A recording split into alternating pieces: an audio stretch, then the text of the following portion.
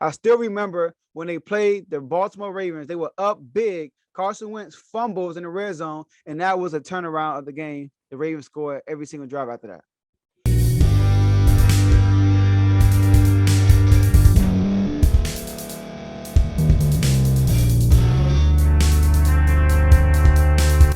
Welcome to Refuse to Lose. My name is Joe Jordan. I'm your host today. Today, we're going to talk about the Washington Commanders acquiring for Carson Wentz. They called it Carson the Commander. So look, my initial reaction when I first heard the news, I was driving, going to the store maybe. I get a notification by Adam Schefter saying Washington Commanders are acquiring for Carson Wentz for a package. So my initial reaction was, oh my gosh, we are settling for Carson Wentz. That's what we came to. We're settling for Carson Wentz. And then I'm like, Joe, calm down. Wait until you see what we gave up to get him. Let's wait for it. All right. So I waited. I'm yelling at Adam Schefter, hurry up. He finally comes out with the details. And Washington gave up 2 third-round picks, 2022, 2023. And the 2023 could turn into a second-round pick if Carson Wentz plays 70% of the snaps, which is good because that means he's healthy. And we also swapped second-round picks for 2022. So I was like, okay, we didn't give up any first-round picks. We really didn't give up any second-round picks so far. And we didn't give up any players. So, and then I realized that we tried to get Russ. We was going to give up 3 first-rounders for Russ. We tried to get Aaron Rodgers. We reached out about Deshaun Watson. Shoot, we even reached out about Jimmy Garoppolo, but Kyle Shanahan wasn't ready to pull the trigger. So we were not going to wait to after free agency. So they made a move to get Carson Wentz. So after getting the details, I felt like it was a good move because you got to answer this one question. Well, first of all, I hear people say that we should trade up to the draft. There are no QBs worthy enough in this draft that's worth trading up for. Number one, it's not a QB driven draft like it was last year. All right. So that's out the picture. If we don't get Carson Wentz and we miss on Jimmy G, we would have to settle for people like Mitchell Trubisky. So I'm looking at the situation. I'm like, okay, did we get better? And the answer is yes. The answer is yes. We were in a playoff hunt until the last 3 games of the year with Taylor Heinicke as our quarterback, which I love. I love Taylor Heinicke. He's just not skilled enough. He's a baller though. He plays hard. I love Taylor Heinicke. I think he'll be a perfect backup for us. But as far as a starter, I think Wentz will be much better. So that's how I look at it. I look at it, we got good. Now, people talk about his contract too. Okay, he's due to make $28 million a year because he got that bonus, that roster spot bonus coming up. $28 million a year. But I believe after this year, next year is like 22 million and 21. I'm not mistaken. I think it's in the low 20 millions. But in today's market, that contract is pretty okay. Because I look at people like Kirk Cousins, who's making more money than him this year. I look at people like Dak Prescott, who's making way more money than him this year. I look at people like Ryan Tannehill, who will be making more money than Carson Wentz this year. All right. So then you got your obvious people like Mahomes, Aaron Rodgers, Josh Allen, stuff like that, right? But Deshaun Watson. So either way, whatever trade, and then he makes only $2 million more than Jimmy Garoppolo. So all the quarterbacks that we were reaching out for, we would have had the same issue. We would have got Jimmy G, who a lot of people don't think he's better than Wentz. If we would have got, they're part of the same quarterback, I guess. We would have got Jimmy G, we would have been in the same predicament. The only thing is he makes $2 million less than Carson Wentz. So at the end of the day, no matter what quarterback we would have brought in through the trade market, we was going to get a cap hit. We had $33 million in our cap. Now we got $5 million. But look, they could restructure some rosters. I know they talked about restructuring Jonathan Allen roster contracts, right? And if we and then people like I can't think right now. I'm so sorry, guys. William Jackson contract, little stuff like that. So restructure some contracts to free up some money, and we will have some money in the free agency. And expect some people to probably get released and stuff like that to free up some money too. So I like the deal. Initially, I didn't, but now I do. Now, it's not a big splash. Whenever somebody makes a trade for a quarterback, you assume it's going to be a big splash. But you got to think about it. We didn't give up a trade like they did for Matt Stafford or like they did for Russell Wilson or like they did for Carson Wentz. Think about what the Colts had to give up to get Carson Wentz. And look at what we gave up to get Carson Wentz. So we gave up 2 third-rounders, y'all.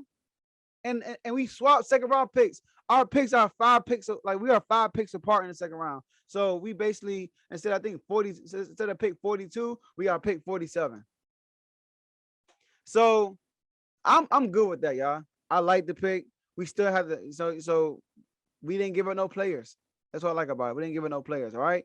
So now let's talk about Carson Wentz. Now look, Carson Wentz and the Colts were the most disappointing team in the NFL to me. All right. I killed Carson Wentz on a weekly special. The first one we came out, first live weekly special we came out with, I killed Carson Wentz. I still remember when they played the Baltimore Ravens, they were up big. Carson Wentz fumbles in the red zone, and that was a turnaround of the game. The Ravens scored every single drive after that. I still remember when the Buccaneers, they were moving, they were up on the Buccaneers by 10 points. They were moving the ball in the red zone. Carson Wentz turns the ball over once again in the red zone. I still remember in the Jacksonville Jaguars, the second Tennessee Titan game, when Ryan Tannehill got hurt in the fourth quarter, Carson Wentz threw in bad interception in overtime. And I also remember that the last game in the NFL for the Colts, Jacksonville Jaguars, they only had to win that one game to make it to the playoffs, and Carson Wentz looked horrible that game. And I also blame the offensive coordinator too for putting that on Carson Wentz when you got Jonathan Taylor. So the great thing is, so I'm gonna have to I remember that. So going to the season, we got to keep that in mind. Now look, he never had, and I know people say he's a turnover machine. He never had an interception problem. It was 2 years in his career he threw double-digit interceptions. 2 years. The first year was his rookie year. He threw 14 interceptions. And the second time was his last year in Philly, which was his worst year in the NFL. He had 15 interceptions. All right. But then every other year, other than those 2 years, he only threw 7 interceptions, including last year. But he does have a fumbling problem. He had double digits in fumbles every single year except for last year. So last year was his career low with 8 fumbles, which I'm excited about. I mean, he's progressing. All right. He's been progressing the last 3 years in the fumble department. All right. So now Carson Wentz had some highs. He had some lows. But his high was an MVP caliber player. Even last year, he played pretty good. He just didn't show up in some key moments. Some key moments he did, and some key moments he did not. So that's what I'm worried about, is that part of it. But another thing I'm excited about, think about Carson Wentz's career. He never really had a true number 1 receiver.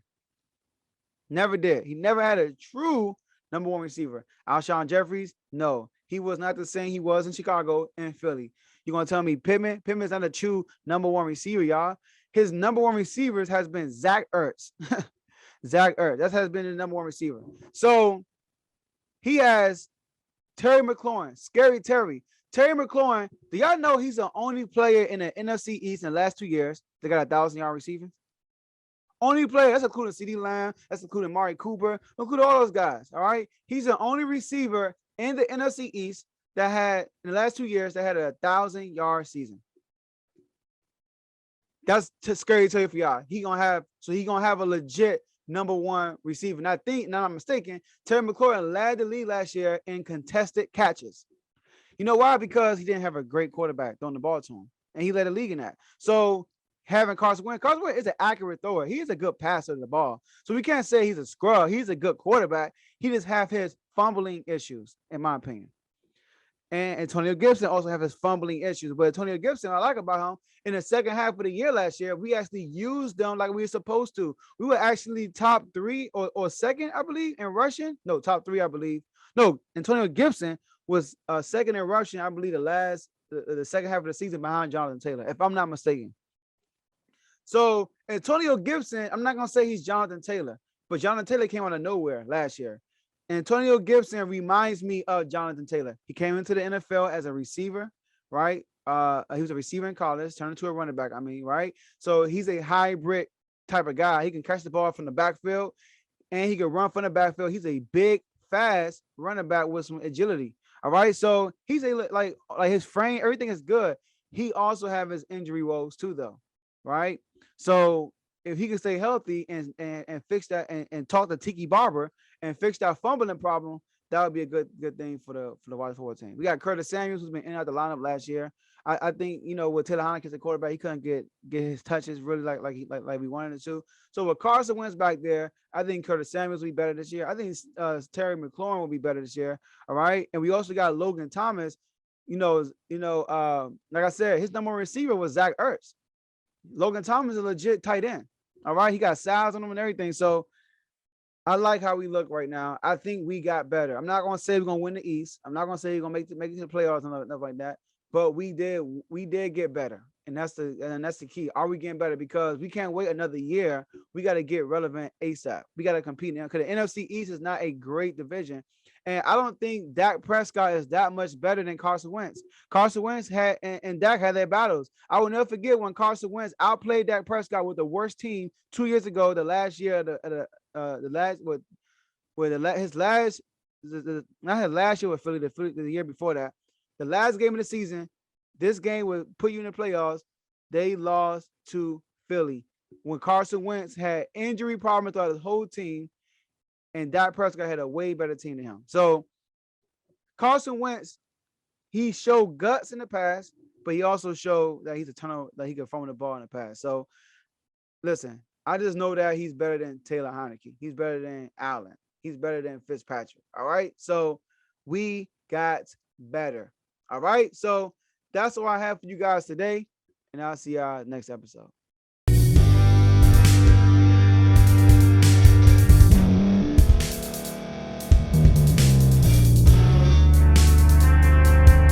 Thank you for staying to the end. If you're watching this on YouTube, please like this video, subscribe, and also hit that notification button so you can be notified next time we put out a video. If you're listening on any podcast platform, subscribe and hit that notification button, y'all, so you can be notified we put out another podcast audio. And last but not least, hit that share button. No matter what you're listening to or watching it, hit that share button and send it to somebody that you know that would love to watch this episode you just listened to. So once again, thank you for staying to the end, and we'll see y'all at the next episode.